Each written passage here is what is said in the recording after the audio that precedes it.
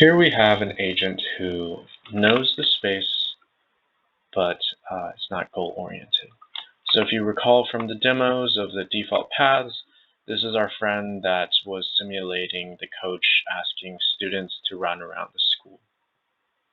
Right now, I wanted to discuss another property that affects the wayfinding of my agents, and that is memory size here.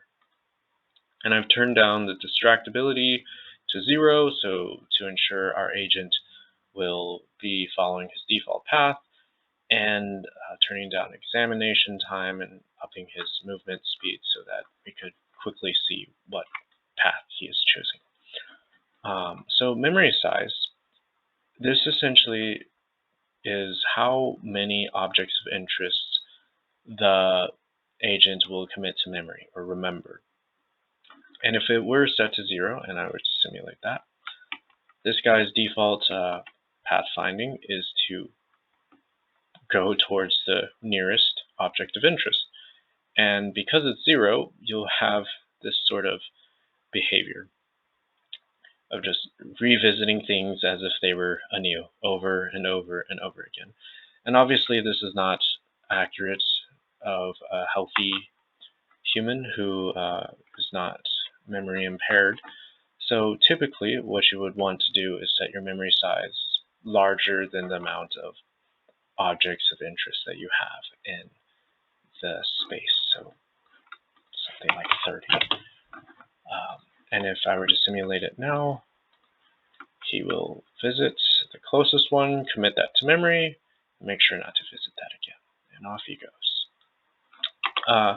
So there may be scenarios, though, that you don't want his memory to be that good. If you wanted to simulate actual running around a track, you could create a track by using objects of interest in the memory.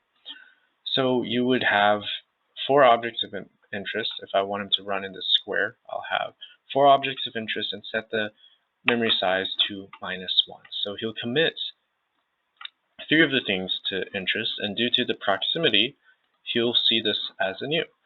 And if I were to simulate that, he should just run in that square pattern